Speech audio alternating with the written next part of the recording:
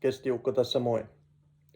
Vastaan näihin teidän pyytämiin kysymykseen erikseen. Eli ensimmäisenä, että miksi haluan tulla valituksi koulutukseen? Haluan tulla valituksi koulutukseen, jotta pystyn kehittymään ammatillisesti ja laajentamaan osaamistani. Tradenomin koulutuksen jälkeen olen hankkinut monipuolisesti kokemusta erilaisista työtehtävistä, muun muassa tuotepäällikkönä, hinnoitteluasiantuntijana, account managerina sekä nyt viimeisimpänä key account managerina. Haluan edelleen syventää tietojani ja taitojani, ja opiskelu on hyvä tie siihen. Olen ollut sairauslomalla viimeiset 2 vuotta pahan onnettomuuden jälkeen.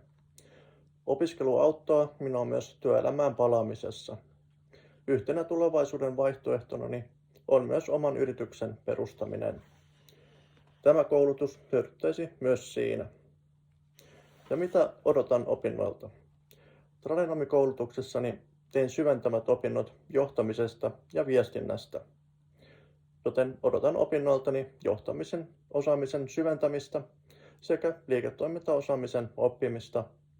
Haluan myös syventää eri työvälineiden hallintaa ja saada työhöni uusiakin työkaluja. Ja millaisiksi arvioin omat kykyni itseohjautuvaan opiskeluun? Olen työskennellyt hyvin paljon etänä. Keskittymiskykyni on hyvä ja oman työskentelyni johtamisessa olen kurinalainen.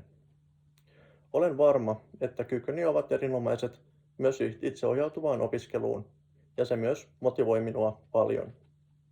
Kun opiskelin tradenomiksi, niin tällöinkin opiskelin pääasiassa itsenäisesti. Olen rakentanut kotiini oman toimiston, joten minulla on erinomaiset työvälineet sekä tila opiskella itsenäisesti ja itse ohjautuen. Ja millaisiksi arvioin opiskelumahdollisuuteni? Tällä hetkellä toimin key account managerina, mutta valitettavasti olen sairauslomalla, enkä tiedä vielä milloin palaan takaisin töiden pariin. Jos olen edelleen sairauslomalla, kun opinnot alkavat, niin tällöin pystyn erinomaisesti työskentelemään täysipäiväisesti kotoani käsin. Jos palaan töihin ennen opiskelujen aloittamista, niin olen varma, että työnantajani suhtautuu erittäin positiivisesti opiskeluihini, koska myös kollegani ovat opiskelleet töiden ohessa. Työnantajani ymmärtää opiskelun arvon, koska se hyödyttää myös viime kädessä aina myös työpaikkaa ja työnantajaa. Kiitos.